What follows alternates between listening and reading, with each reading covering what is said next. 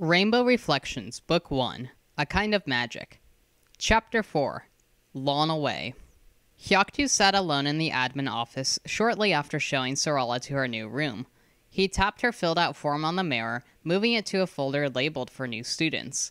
The only other form in that folder so far was Ren's, though Zin's had mostly been filled out.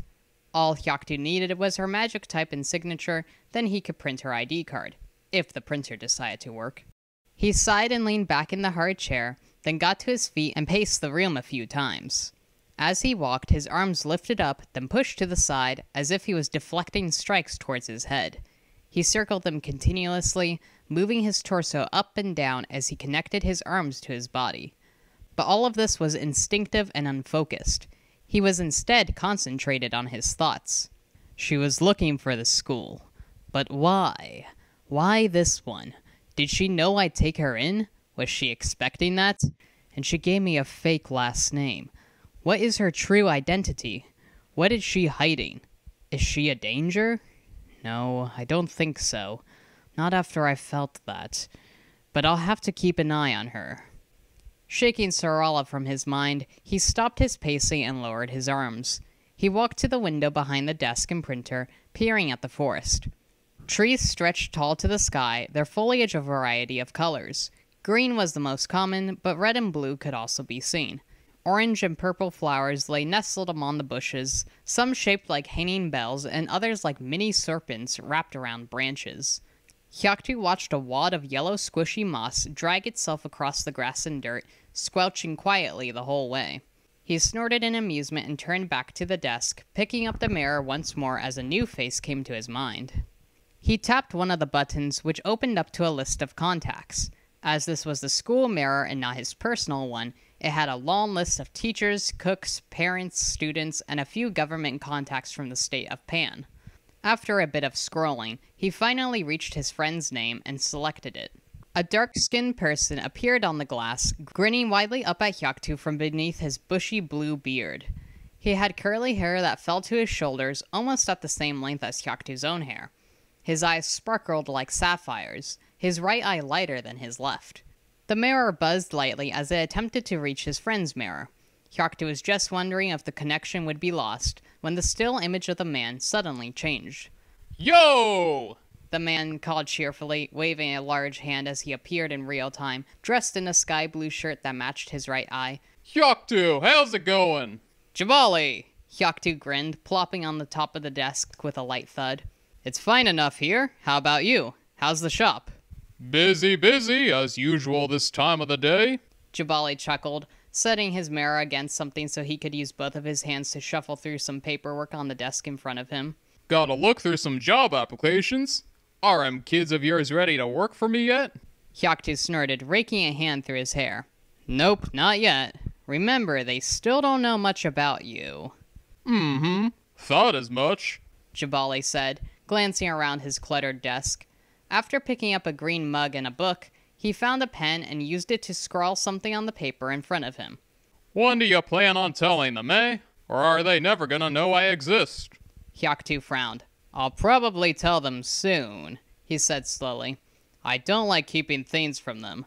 But I'm also waiting for them to learn about magic and spirits before I bring some of this stuff up. Fair enough, Jabali said with a shrug, crunching up another paper and tossing it into the mess on his desk. Ak-tu raised one side of his unibrow. You need help cleaning all that up? I'll get to it later, Jabali said with a wave of his hand. If you say so, Ak-tu said doubtfully. I'm sure you didn't just call me up to comment on my messy workspace, Jabali grunted, glancing back at Ak-tu. What's on your mind? I just saw some crawling moss and thought of you, Ak-tu replied. It was Jabali's turn to raise a thick eyebrow at that. You saw some moss and thought of me? Rude. Ak-tu chuckled and leaned back on the desk. I don't know, it just reminded me of that time when Jabali! A faint shout sounded. Jabali sighed and got to his feet, uttering, Hold that thought. He ran out of the mirror's sight, likely to help his employees. Ak-tu lay back entirely on the desk, holding the mirror above his head. He scanned Jabali's workspace again. Stacks of paper, 3 or 4 books, a mug of steaming coffee, another mug, which said World's Okayest Boss, containing pens and pencils.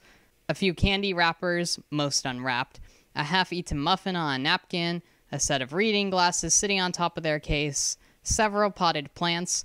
One looked like it had spilled recently, judging by the soil on the table. Beyond the desk were boxes of all sizes, some stacked all the way to the ceiling. The walls could hardly be seen beneath all the clutter. Ak-tu sighed and shifted his position on the desk, the hard wood becoming uncomfortable for his spine. He hopped off and returned to the window, looking for the crawling moss again, but it was nowhere to be seen. His eyes glazed over as he remembered the time that he and Jabali had camped in an area full of crawling moss. Jabali had squealed in delight and quickly patted the squishy plant, declaring that he'd take one home. But the moss had scurried away before he could catch any. Ak-tu had then charged after one, using his air magic to pull a wad of moss back and give it to his friend. As far as he knew, Jabali still had the moss just outside his house, along with the many other plants on his property. "Ren's going to love meeting you," Ak-tu uttered under his breath, smiling lightly as he thought of his daughter. What? Ak-tu blinked in surprise, glancing down at the mirror he still held to see that Jabali had returned. "Oh, I just said that Ren would love to meet you, one day. She loves plants just as much as you do." Good on her, Jabali said, returning to his paperwork. I'm sorry, Ak-tu, but I'm a little busy at the moment. We just got a catering order, and these new employees ain't the best at keeping their heads in stress. Do you need to talk to me about anything important? Ak-tu was about to say no when he stopped himself. Actually, something strange did happen today. He quickly recounted Sarala's appearance, being sure not to skip over the fact that she had lied about her name. Jabali listened carefully, eyeing Ak-tu the whole time and ignoring the papers waiting for him. Well, why'd you let her into school? Because she's an orphan with nowhere to go and likely running from a dark past, Ak-tu said instantly. And not running from a criminal? Or the gov? Jabali pressed. Ak-tu shrugged indifferently. Only time will tell, but there's something else. What? I felt a connection to her, Ak-tu murmured, his eyes glazing over. Like what I felt with both of my kids. That special bond. That they are meant to be here. That we're meant to be in each other's lives. Jabali gazed at Ak-tu for a long moment, then grunted. You're gonna adopt her, aren't you? Ak-tu blinked. No, well, not yet. I mean, I guess I sorta did when I set her up here. I mean, I'm sorta her guardian now in a way, but no, I don't intend to actually adopt her. Though I'd be open to the idea in the future if there is something here and she wants to be adopted. I just haven't felt that strange calling sensation in a long time. Not since I got Zin at that orphanage. Jabali shrugged.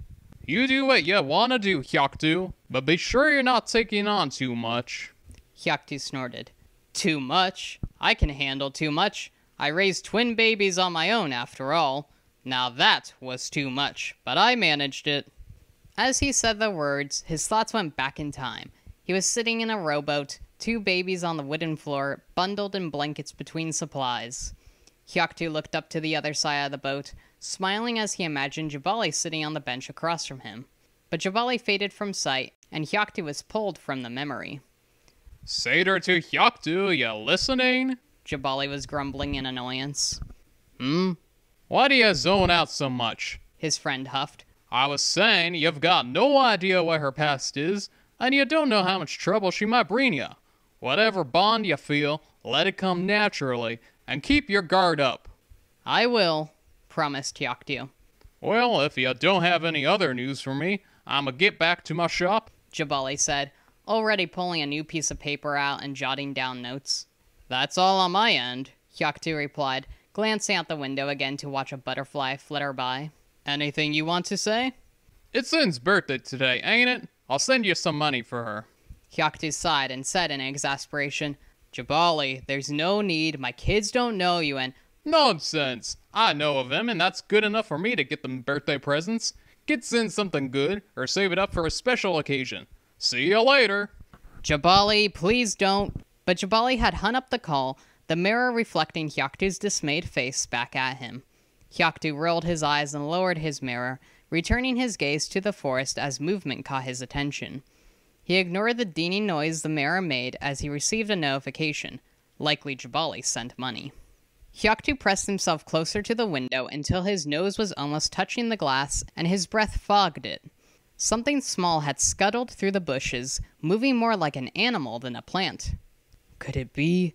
The figure shifted and left the shadowy undergrowth, allowing Ak-tu to see it better. It was just a bluish-gray elephog, an animal the size of a hog with the head of an elephant. Ak-tu shook his head and turned away.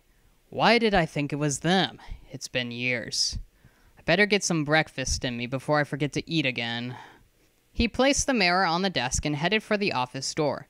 He was just about to exit when he had the feeling that something was watching him. Swiveling on the balls of his feet, he gazed out the window again.